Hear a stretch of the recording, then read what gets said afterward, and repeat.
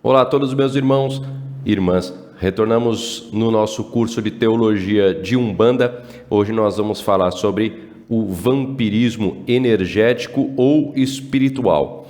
Tanto faz o termo vampirismo energético ou espiritual, ou vampirismo simplesmente espiritual. Tem uma série de considerações para colocar na lousa e nós vamos analisar um a um.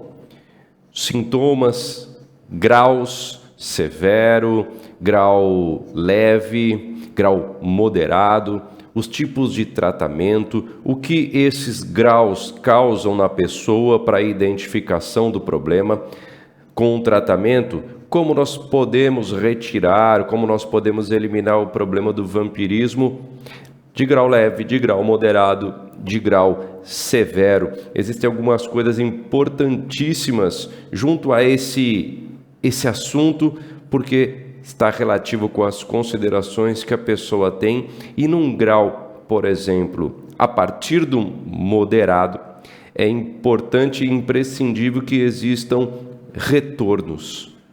A pessoa precisa estar sendo amparada por alguém. No grau severo, principalmente no grau moderado, é possível que ela consiga se livrar se agir rapidamente. Vampirismo energético, vamos começar agora. Não pode, né? Porque senão, lembrando todos vocês, senão dá para fazer a lousa. Lembrando todos vocês, o estúdio é improvisado, ele não tem isolamento acústico. Em algum momento, isso assim, improvisado é a vida inteira, né? Tudo. Acho que eu nunca vou ter um estúdiozinho de profissa. É ascético. Espartano. Fazemos tudo com o que conseguimos e vamos adiante. Sempre deu certo e dá certo com você também. Não deixa de fazer as coisas porque não está perfeito, porque perfeito nunca estará. Ótimo. Aqui a gente começa olhando a nossa lousinha. Nós estamos falando de vampirismo. O estudo de qualquer assunto, portanto, se inicia com a análise do termo, pelo menos para mim. Alguns assuntos eu acabo negligenciando isso, mas é importante que nós comecemos a falar sobre termos.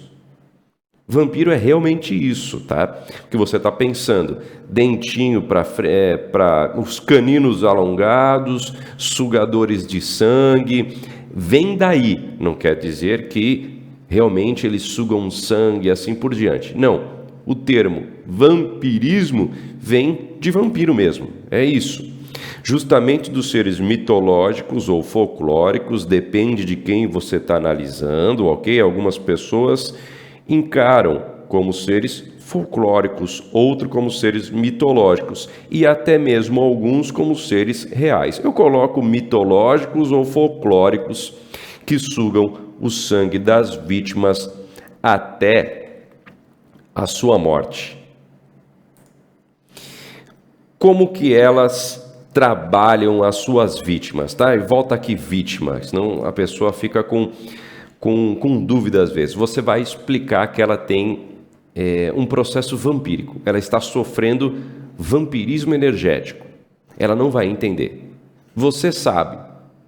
O vampirismo energético é um tipo de obsessão espiritual. Eu não falo só obsessão porque existem vários tipos de obsessões, não só uma obsessão espiritual. Se você tem, por exemplo, uma obsessão por caneta, por carro, é outra coisa. A obsessão de caráter espiritual trata das questões ligadas à religião. São obsessões ligadas ao espírito, às energias, à alma, assuntos metafísicos que a ciência não tem domínio. Quem tem domínio somos nós, religiosos. A ciência sequer pode ter domínio sobre os assuntos não materiais. Na verdade, não materiais não, porque pode ser que existam assuntos como, por exemplo, energia elétrica, matéria, existe essa discussão sobre o que é ou não a matéria em si, a energia, mas de cunho espiritual, a ciência sequer pode avançar. porque é preciso primeiro reconhecer que existe o espírito para estudá-lo. Não há comprovação da existência do espírito pelos métodos científicos. Por mais que os espíritas digam a ciência é ciência, não. Poderá ser ciência. O estudo pode se basear em ciência. O discurso pode ter base científica, mas ciência não é. Ciência poderá ser um dia, talvez, se encontrar por um mecanismo ali a existência do espírito, pode ser ou não. Atualmente, ciências da religião só aplicam o intelecto para dizer que existe ou não. Por mais que você queira, não é ciência. Por mais que você tenha visto um documentário ou lido um livro dizendo que está provado, não é ciência. A gente tem que ter a hombridade de reconhecer isso, de dizer isso. Senão nós passamos a ir nas universidades, por exemplo, como meu irmão é doutor e está pós-doutorando em Ciências da Religião pela PUC. Então aparecem algumas figuras lá que querem fazer um mestrado comprovando através de... Uma foi por escuta em frequências de rádio. Você deixa numa estação, nenhuma estação na verdade, você deixa só naquela frequência de chiado, que eu não sei qual que é o nome daquilo, e um médium, normalmente a pessoa que está ali fazendo o experimento diz, ouviu? Olha, aqui disse isso, isso, aquilo. Isso não é ciência. Não é ciência. Não adianta ir até a universidade, fazer uma tese de mestrado, doutorado, para a comprovação da existência de espíritos, colocando o médium como intermediador dessa... Não. A ciência tem métodos diferentes. Eu não quero que você fique triste ou se machuque quando for adiante para a comprovação e for barrado e dizer que todo mundo é maluco. Cada ramo do conhecimento, filosofia, ciência, arte, senso comum, religião, tem seu próprio método. Nós somos religiosos, partimos da premissa de que o Espírito existe, a origem é Deus. Se nós somos de Umbanda, óbvio, certo? Ótimo. O que o Espírito... que volta, né? Que volta. O que o Espírito, ou o que a alma, a gente já vai ver porque eu estou falando Espírito e porque eu estou falando alma, faz na sua vítima. Vítima é quem? Quem está sofrendo a vampirização, quem está sofrendo esse tipo de obsessão espiritual. Pode se dar por meio, ou quase todas se dão por meio, algumas não, as não intencionais não vai por hipnose das vítimas. Vamos lá. Você que é jovem, você que é muito jovem, você vai pensar assim, hipnose? Então é igual Crepúsculo. Se bem que nem é tão novo assim, né? Você vai dizer que, olha, eles são seres belíssimos e que hipnotizam. Não é esse tipo de hipnose. É a vinculação por crenças e afinidades. A hipnose se dá por crença, ok? A hipnose propriamente dita. Agora todo mundo é hipnotizador, né? Todo mundo é masterclass em hipnose e tudo mais. Então você sabe que você começa fazendo mãos entrelaçadas e escalando ou escalonando a crença, fazendo o círculo da hipnose para chegar até uma hipnose profunda. Ele vai acreditando, vai verificando que aquilo está acontecendo, se deixa sugestionar e entra em estado hipnótico. É a mesma coisa aqui. Alguns processos hipnóticos, alguns processos de vampirismo espiritual acontecem por hipnose das vítimas. Se você se coloca no lugar do ser vampirizador, se coloca ali no lugar e diz: Eu sou um vampirizador, eu sugo energia de vítimas para minha própria subsistência ou a mando do meu grupo de espíritos que faz isso de forma regular e cada um tem um seu princípio. É o mesmo princípio, por exemplo, de uma guerrilha. Um terrorismo, na verdade, tem o mesmo princípio. Os terroristas entendem que estão trabalhando para o bem da civilização, para o bem da humanidade, para o bem da religião, ok? O terrorista, ele não age dizendo, eu sou terrorista. Não, quem determina que aquele é um terrorista é a pessoa que está sofrendo a ação do terrorista. O terrorista, ele acha que vai, realmente, ele não acha, ele acredita piamente que se ele jogar um avião nas Torres Gêmeas, ele vai para um lugar ótimo, maravilhoso, porque ele está cumprindo as determinações religiosas de seu Deus. Nesse caso, o terrorismo de caráter religioso. Tem terrorismo de caráter político e assim por diante. Aquele que pratica o terrorismo tem um fundo de verdade dentro de si, a sua própria verdade. Não é um fundo de verdade, tem uma ideologia, é melhor. Tem uma ideologia que o motiva a morrer por essa ideia. Ok? A partir do momento em que nós estamos trabalhando um grupo vampirizador, este grupo tem uma ideologia, ele faz por algum motivo, ele tem uma motivação, pode ser a pedido como uma empresa, realmente uma empresa do mal, existe mesmo. Existem empreitadas maldosas, para quê? Para buscar poder. O poder em qualquer dimensão do universo, em qualquer local, em qualquer plano físico, extrafísico, um plano divino, ele está presente. Onde existe uma hierarquia, existe alguém que tem um domínio, mesmo em seres que nós colocamos aqui no mundo como irracionais, como feras, X-Men, como por exemplo leões, guepardos, elefantes, macacos ou primatas, assim por diante. Cada um tem a sua disputa por poder e não é simplesmente matar para comer. Não tenhamos essa. Você que tem Discovery Channel, Animal Planet aí no seu pacote de canais fechados, sabe que os animais, que os altos predadores não matam para comer. Muitas vezes eles matam e não fazem nada, simplesmente para manter o poder, a dominância sobre os outros. Tá? As leoas fazem isso com os cachorros selvagens, matam eles para dizer, quem domina essa área sou eu. Lobos matam os chefes os alfas das outras matilhas para desestruturar aquela matilha e tomar aquela região. Tá? Isso acontece na vida animal. Na vida animal, é a selvageria, assim como é na vida humana. Só que a selvageria de forma aceitável, ou seja, empresas destruindo empresas, pessoas destruindo pessoas, e também isso é tido e colocado como a evolução. A natureza age assim nos outros planos também. Quando eu falo o termo destruição, não estou dizendo que é ruim, ok? Maldade é ruim e é simples encontrar maldade em qualquer lugar. Não sejamos bobinhos, não sejamos inocentes.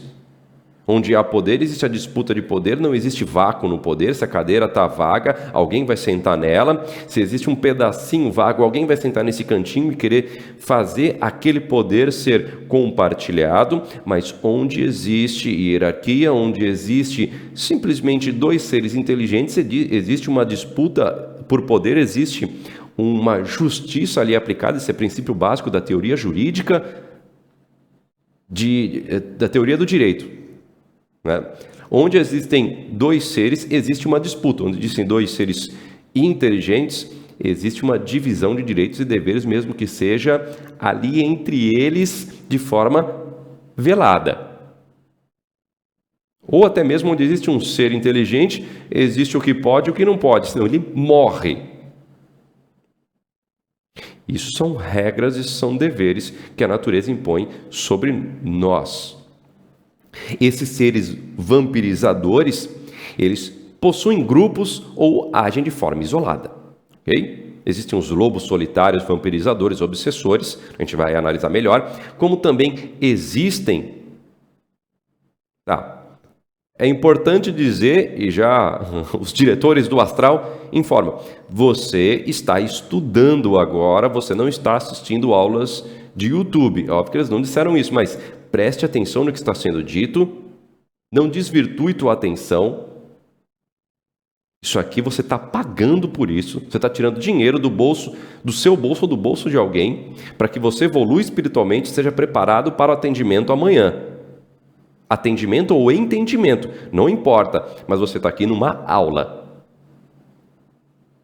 Não é videozinho de YouTube que você tem que colocar 5, 7 minutos para gerar visualização, porque o algoritmo do YouTube exige isso. Você entrou aqui, você fez o seu cadastro, pagou um boleto, colocou um cartão de crédito, vai demorar e exige dedicação. Aqui é escola. É escola. Se não se dedicar, você só está gastando dinheiro.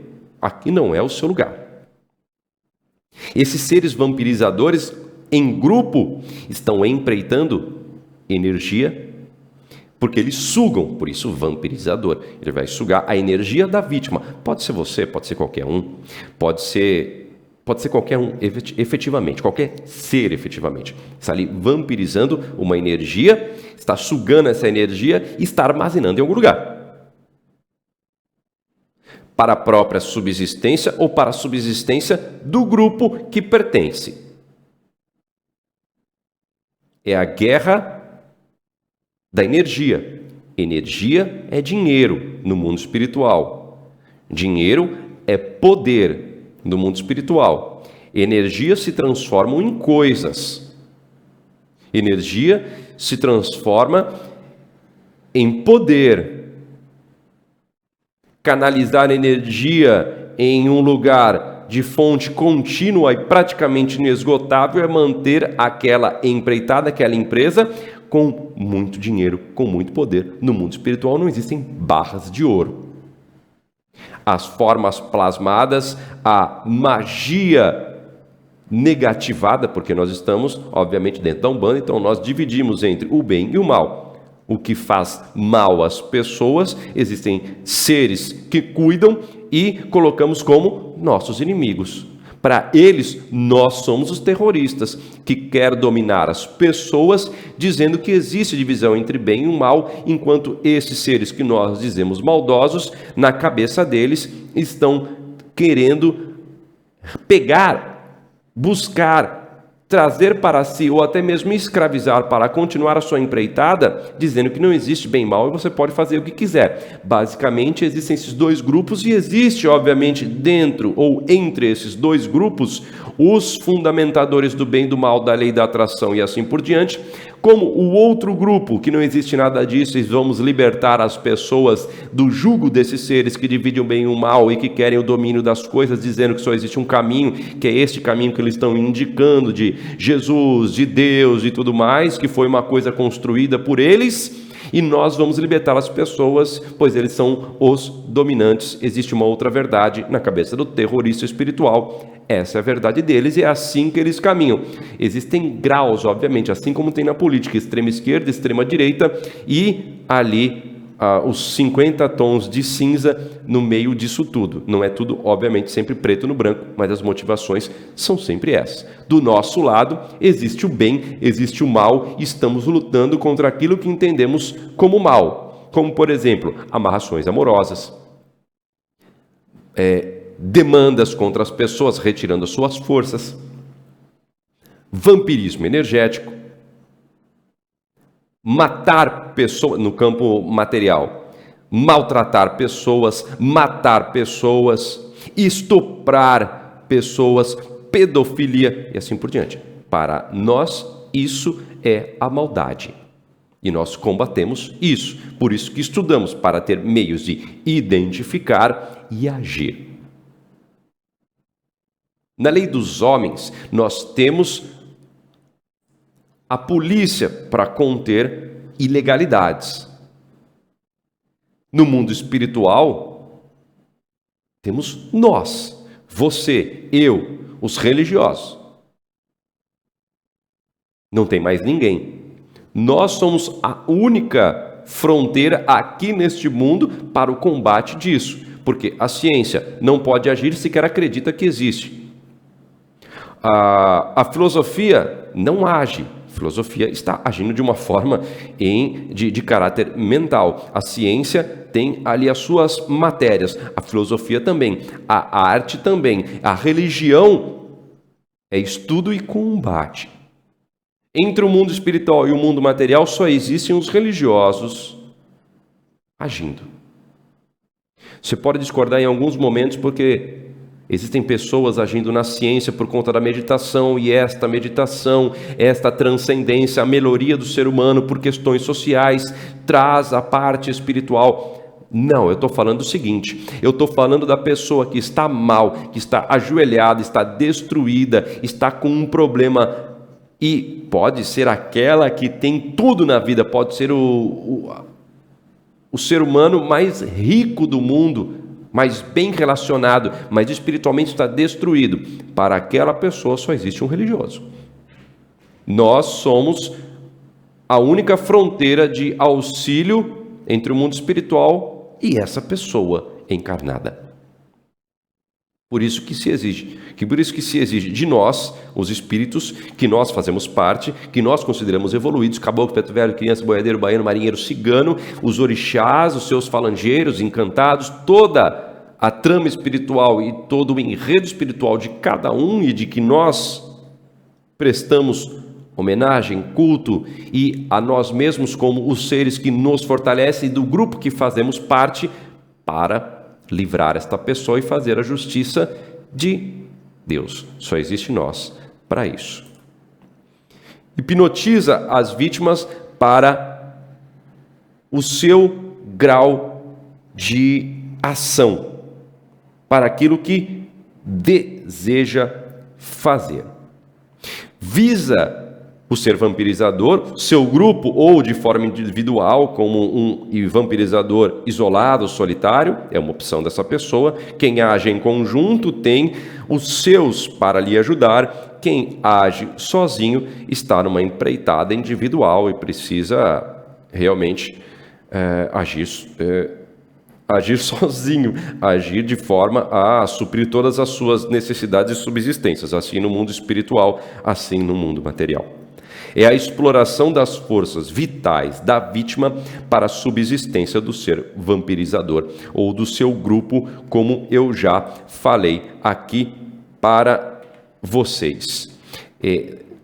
O importante, mais do que isso, é você ter a certeza absoluta de que esse processo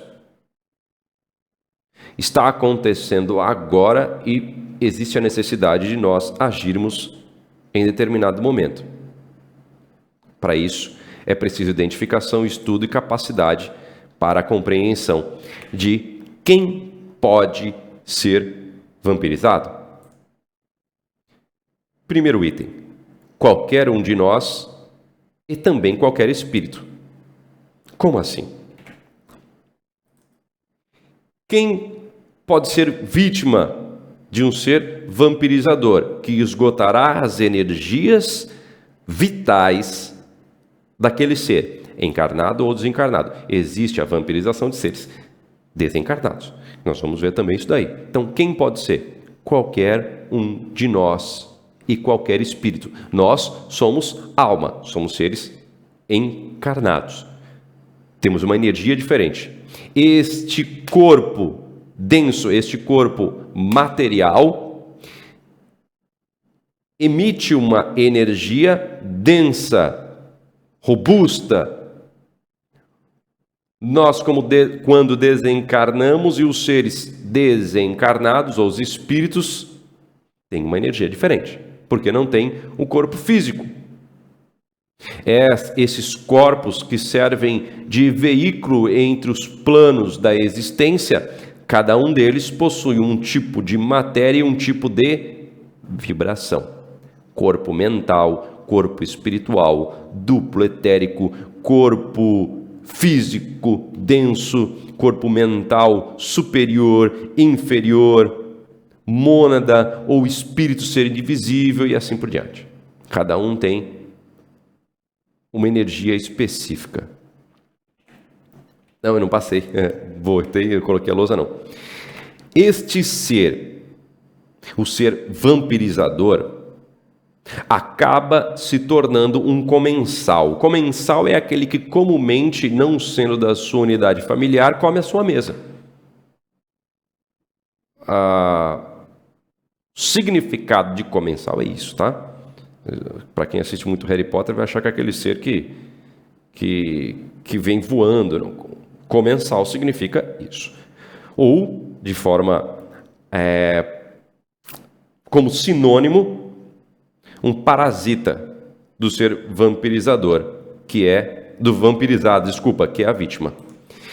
O ser vampirizador se torna um comensal ou um parasita junto àquele que está sendo vampirizado. Parasita a vítima. Existem métodos, existem meios. O mundo espiritual também tem tecnologia, tá? Isso aqui não é tecnologia, tá? Isso aqui é fruto da tecnologia. Ou seja, é tecnologia, mas não é só isso. Isso aqui também é tecnologia, tá? Tecnologia não são aparelhos eletrônicos. Não. Fazer uma caneta, toda essa engenharia é tecnologia. Tá? Os índios têm a tecnologia deles, nós temos a nossa, como se não fôssemos índios atualizados, né? Índios modernos. Mas você conseguiu entender. Ok, Adérito. Entendi. Já estou ficando assustadíssimo com o que você está falando. Provavelmente quando você começar a falar sobre os sintomas, eu estarei ali me reconhecendo em cada pontinho e por isso eu já estou ficando suado, com suor frio, estou com problema. Eu quero saber o seguinte, tá, cacete, e agora, fião, o que eu faço? Você já me assustou, você já me explicou coisas que eu nem sequer estava ligando para isso. Você me colocou na posição de ser responsável para livrar o mundo disso. E agora, filhão? Filhão, como que eu faço? Pensa o seguinte. Alguma coisa aconteceu. Pensa o seguinte. Como você faz para não ficar doente? Sei lá, né? Depende da doença. Depende do que está falando. Se for uma doença sexualmente transmissível, toma os cuidados devidos para não ser contaminado. Se for para não contrair essa doença, se for algo relacionado à higiene, eu me lavo. Tipo rotavírus, eu lavo as mãos e assim por diante. Tomo banho.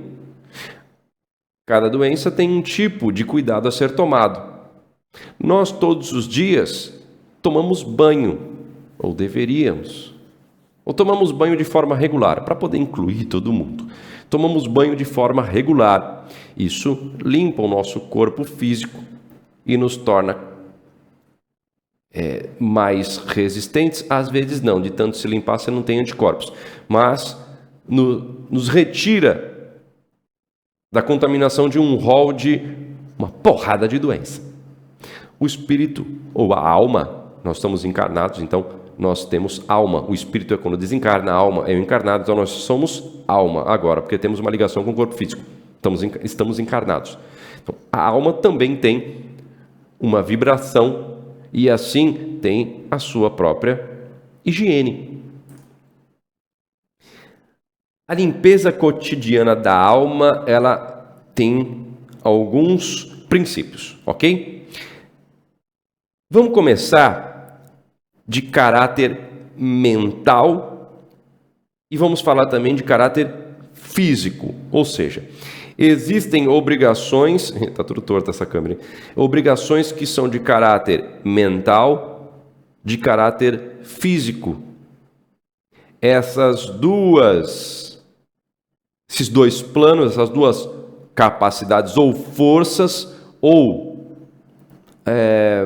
degraus, planos, enfim, tornam a vibração do ser uma coisa ou outra. Como assim? Reza habitual faz um bem enorme à alma. Você que reza diariamente ou habitualmente, é diferente de ficar pedindo. Reza, pode ser Pai, do Filho e Espírito Santo. Tem gente que fala, se você fizer, tem gente que tem raiva da Igreja Católica. Não precisa. Eu me sinto bem rezando para Jesus. Ele está dentro da religião de Umbanda. Alguns lugares na figura de Oxalá, em outros locais, realmente como uma figura vista pelo Espiritismo. Ou você pode realmente ser extremamente católico ou cristão e ser de Umbanda, não há problema nenhum. Não é demérito, não somos obrigados, não é por conta da história da Umbanda, assim como em alguns momentos alguns pais de santos célebres dizem, isto é coisa da Igreja Católica, não são, por exemplo, se eu falar assim, vamos dizer que eu estou falando de uma, estou falando assim, vamos dar nome. Eu discordo, Pai Ronaldo Linares é enorme, é gigantesco em sua capacidade, em sua experiência e em sua importância, mas discordo quando ele diz que temos que nos desvincular daquilo que é a Igreja Católica, da Quaresma,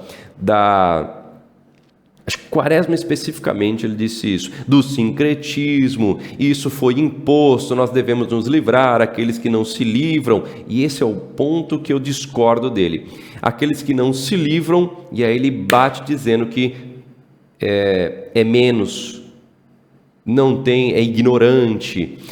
Quem está ligado ao sincretismo, ou quem participa de eventos da Quaresma, ou coaduna com princípios católicos da Igreja Católica junto à Quaresma, é ignorante. Isso eu discordo de Pai Ronaldo Linares, pedindo a máxima vênia, já dizendo que ele é enorme, gigante, importantíssimo para a religião de Umbanda, mas dizer que quem pratica sincretismo, que respeita a Quaresma, é um ser ignorante, isso eu discordo plenamente, com extrema tranquilidade.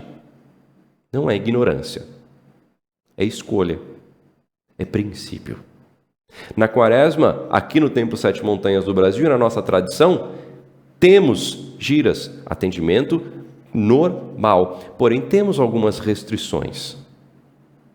Nós observamos alguns preceitos. Nós não realizamos desenvolvimento mediúnico propriamente dito. Existem alguns detalhes a isso, né? Diferente de puxada, o desenvolvimento mediúnico é diferente, tá? Nós não realizamos. Temos dentro da Quaresma, não porque a igreja nos obrigou e somos ignorantes, mas porque nós agimos assim.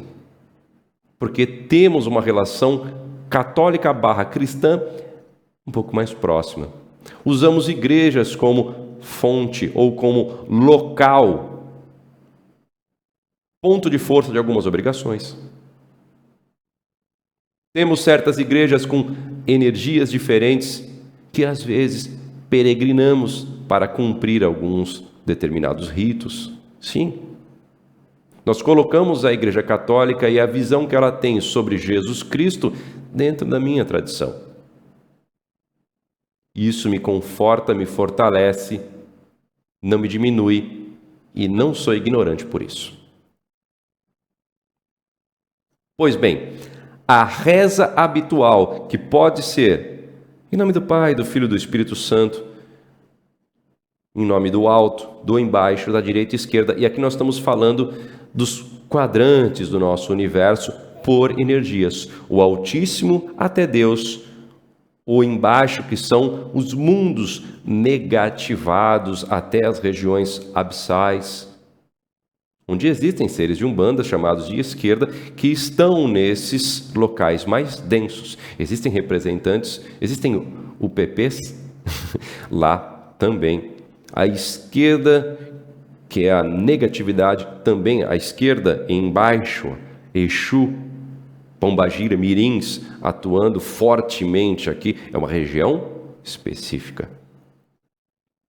À direita e regiões negativadíssimas, à esquerda e regiões negativadíssimas, e aqui nós temos nesse canto, eu tô espelhado para você, então eu estou ao contrário, tá vendo? Aqui é o meu lado direito, tá? Mas como eu estou espelhado para você, presta atenção, alto, embaixo, à direita, à minha esquerda, e à esquerda, só que é de nosso Pai Oxalá. Eu estou de frente para Oxalá, o máximo da fé, representação máxima, tá? Já falamos sobre os orixás. Então, o alto, o embaixo, a direita e a esquerda. Só que em relação à fé, a Oxalá, a personificação de Oxalá, ou pela figura do orixá africano, ou pela figura de Jesus Cristo. Independente disso. Mas vamos colocar essa divisão de quadrante aqui para mim. Eu não consigo dar aula sozinho, né? Tem sempre alguém no ouvido. Então vamos lá colocar a lousa. Volta aqui para a lousa. Tira os hábitos de limpeza. Coloca livre. Põe aqui. Isso. Beleza. Vamos fazer a cruz para esse entendimento. Eu tenho ainda capacidade de gravação? Tenho. Só tem 35 minutos ainda. 40%. Ok. Então vamos lá. Então aqui vamos dizer que é a direita. Aqui ainda é direita, certo? Né? Direita, certo? Ó, né? Direita. Aqui eu tenho... Tá? Não estou falando de magia divina, não. Eu estou te mostrando isso aqui. Somente isso. Nada mais do que isso. Eu mudei lá para... Mudei. Ok? O alto. O embaixo. Olha, estou falando que nem que nem o padre. O alto. O embaixo. Não estou tirando sarro deles, mas eu lembrei agora. Aqui é esquerda e esquerda também. Tá? Negativo, bem negativo. Aqui eu vou ter também, ó, eu vou ter positivo, mas também vou ter negativo, tá? Aqui eu vou ter caboclos quimbandeiros, pretos velhos quimbandeiros, agindo em conjunto com Exus, pombagiras, mirins, que estarão aqui também. Caboclos, pretos velhos, crianças, boiadeiros, baianos, marinheiros, ciganos, tá? O alto ou embaixo, a direita e a esquerda são vibrações de forma específica de nosso universo. Não é fruto de nossa aula agora, mas é importante, senão você vai ficar confuso. Nada a ver, nada a ver, nada a ver. Aqui. Isso aqui. Ok? Reza habitual. Ai, meu Deus do céu, por favor, me ajuda. Eu sei que eu faço, Jesus Cristo dos últimos dias. Ai, Jesus, e não vai Nazaré, Maria, Jesus e José. Isso não é uma reza habitual. Do alto, embaixo, à direita e esquerda, em nome do Pai, do Filho, do Espírito Santo, meu Pai maior, nosso Pai Oxalá. Tá? Não é demérito nenhum, tá? Você não é um ignorante por isso. Obrigado pelo dia de hoje, pela vida. Me ajuda também, não tem problema pedir ajuda. É essa reza que eu estou falando habitual. Obrigado pelo dia de hoje. Hoje eu fiz isso, aquilo. Se comunicar com Deus, se comunicar com seu anjo de guarda, rezar regularmente, isso é a reza habitual. Reza habitual não é isso. Ai, meu Paizinho, meu Deus do céu, Jesus Cristo me ajuda nisso. Isso é um pedido, é uma outra coisa. A reza é o agradecimento, é a conexão habitual com Deus, limpando a nossa alma e fazendo um bem enorme a nós mesmos. Tem que tirar, né? Eu achei que não ia pegar, mas tem que tirar. Quase. Não chegou, pegou um pouquinho. A prática do perdão Dentro dessa reza, ainda falando sobre as questões mentais, espirituais, você pode praticar o perdão continuamente. O perdão limpa o nosso ser, a nossa alma, nos eleva. Não tenha dúvida. Preceitos, e agora vai voltar para mim, porque isso limpa a alma, mas está relacionado com questões físicas. Abstinências e recolhimentos. Vamos lá. Lembra que eu falei para você do período da quaresma? O período da quaresma é um período de meditação. Não sentar em lótus, mas o pedido de um período de observação. Observar a si mesmo, fazendo assim, isso é coisa minha, tá? Dentro do preceito existem sacrifícios pessoais, abstinências, jejuns. Algumas pessoas fazem mortificações. Eu relativizo essas mortificações, não para retirar. Eu vou te explicar, vai ficar confuso para você, você vai achar que eu sou monge, e é longíssimo disso, ok? Longíssimo disso. Algumas pessoas relacionam mortificar o corpo com retirar ou extirpar o que o nosso corpo físico não dá vazão à nossa alma, e assim vamos calejá-los, retirá-lo, ou realmente machucar esse corpo que nos retira, que ele é fétido, podre, como uma questão quase que platônica de um mundo ideal e o mundo aqui que ele é impuro. Não, não é isso. Ok? Não é isso. Abstinências, jejuns, penitências, elas não visam isso. Nós estamos, a ideia nós vivemos no mundo de hoje, e também em qualquer época da nossa existência, né, da existência da humanidade, sempre manter um hábito, sempre manter as coisas como estão. E o desejo é estar sempre evoluindo e ir até Deus. É colocado como a preguiça como um pecado. Por quê? A preguiça, estou falando muito, eu incorporei o padre, né? Linhas dos semirombas, não é possível. Nós, por exemplo, e um exemplo bem prático, tá? Na época de Anchieta, você não podia falar para os índios praticar dentro da quaresma uma penitência, ou uma penitência contínua, tá? Eu já vou falar um pouquinho mais, de andar descalço nas pedras da praia. O índio iria falar assim: como que eu posso não fazer isso? Porque eu não tenho calçado e chinelo. Agora, hoje, se nós dissermos anda descalço o dia inteiro na pedra, vai doer seu pé. Então, isso se altera. Realmente, a sociedade muda. E os sacrifícios, as penitências, os jejuns mudam, claro, óbvio. Jejum é jejum, não vai mudar, né? Jejum é não comer, óbvio. Logo, o preceito está incluído isso. Preceito não é só. E olha, eu vou ligar com as coisas da Igreja Católica. Que interessante que você vai ver. Preceito não é só: não come carne, não faz sexo, não toma álcool e pronto. Não, isso é jejum, sacrifício pessoal ou penitência para a limpeza da sua alma e uma adequação vibratória. Dentro do código canônico, tá denso isso, hein, gente? Jesus Cristo. Dentro do código canônico da Igreja Católica, olha que interessante. Todas as sextas-feiras deveria se fazer jejum, deveria ser feito jejum. Todas as sextas-feiras. Qual é o dia normalmente que nós temos gira? E quando que nós praticamos o preceito? Normalmente sexta-feira. Eu só não giro de sexta porque eu preciso ir na casa do meu pai como filho de santo, e assim eu giro na quinta-feira, senão às sextas-feiras.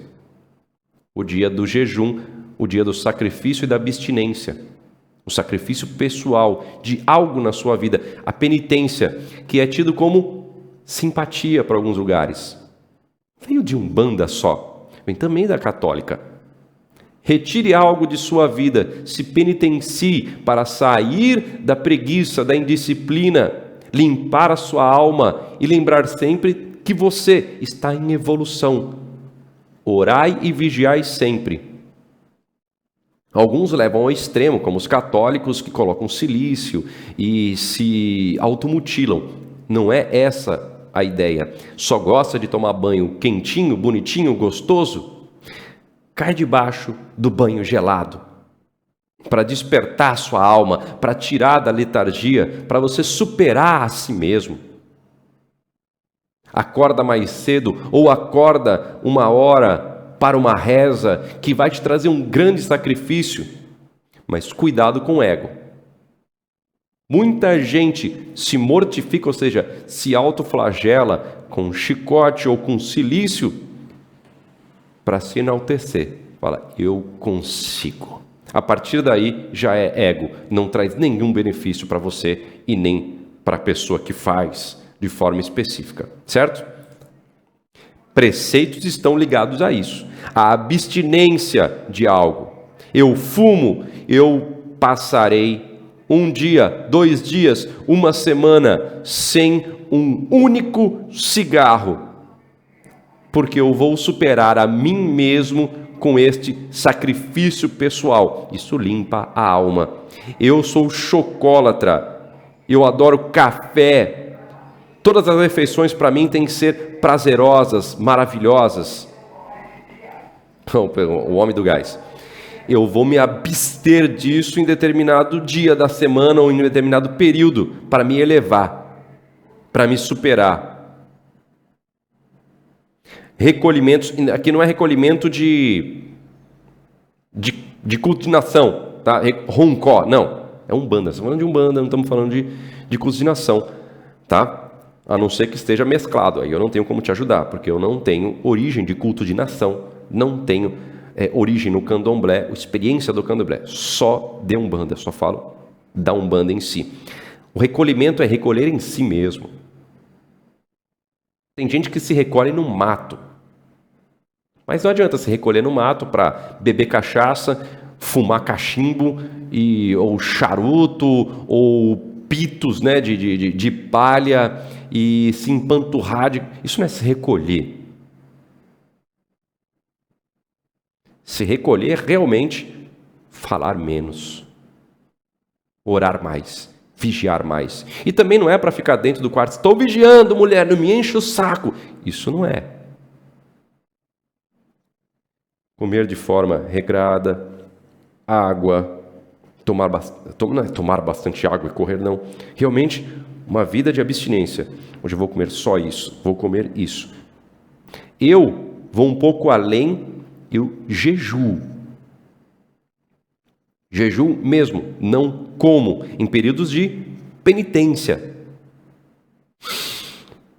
Me eleva a alma, me traz uma energia, uma força muito grande, um período de jejum. Não sei se você já fez ou não, mas desperta.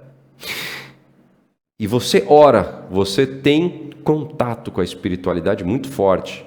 Mas isso é coisa minha. Tem gente que entra numa banheira de gelo. Tem gente que corre 40 quilômetros. Depende de cada um. Esse jejuar, essa ausência de alimento, me eleva a alma, me traz realmente a acuidade da mediunidade, me melhora, e me limpa, me purifica. Cada um tem a sua abstinência, cada um tem o seu período que pode ser de 30 minutos de recolhimento, e assim limpa a sua própria alma. Ações caritativas, agir em si é um hábito extremamente bom para a higiene da alma. Pensamentos em Deus sempre, pensamentos elevados, não positivos, não bestas. Tem gente que pensa, vamos ser positivos, vamos sempre para frente, isso não é isso não. Não é isso. Pensamento em Deus é retidão. Você pode não dar nenhum sorriso sequer, mas mesmo assim estar em Deus, no alto. Fazendo o que é certo, colocando o pensamento, vigiando quando espíritos ruins, maldosos, obsessores se aproximam, elevando. Muitas pessoas são extremamente felizes, sorridentes e têm uma depressão profunda. Não é isso que nos leva até Deus. É a verdade.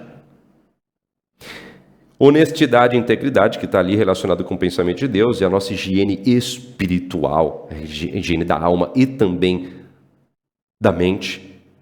E aqui a parte física, manutenção de firmezas, e se você tiver assentamentos. Não é obrigatório ter assentamento. Adete, me passa uma lista para fazer meu assentamento porque eu não quero ser vampirizado. Não é isso. Se você tem, é a manutenção. Se não tem, não tem que fazer a manutenção, o manejo de nada. Não tem. Isso é teoria do sacerdócio, é outro curso e é outro momento. Manutenção das firmezas, nem que seja a vela. As obrigações rotineiras, habituais, diárias, semanais, mensais, semestrais, anuais, depende de cada casa. Banhos, defumações, passes também são importantíssimos para a limpeza cotidiana da alma. Os banhos regulares é obrigatório, são ritos obrigatórios, porque nós limpamos o nosso corpo, porque ele também faz parte dos corpos que compõem o nosso próprio ser e gera a vibração correta, a vibração positiva, a vibração que nos leva espiritualmente a ascender, a ascensão ou a melhoria. Nosso corpo é parte de nós também. Defumações, o ambiente em que estamos também é propício a nos negativar por conta da resistência ou por conta da absorção que cada objeto tem na nossa casa. Sabemos que eles absorvem muita energia. Passes em si, autopasses, e receber passe de terceiros também faz parte uma miríade de ritos, de procedimentos para isso. 52 minutos, eu não aguento mais falar, não coloquei a minha água aqui, então eu vou pausar nesse momento para nós, a partir de então, falarmos sobre sintomas da vampirização, os processos vampíricos, os tratamentos relativos à vampirização e observações. Muito obrigado.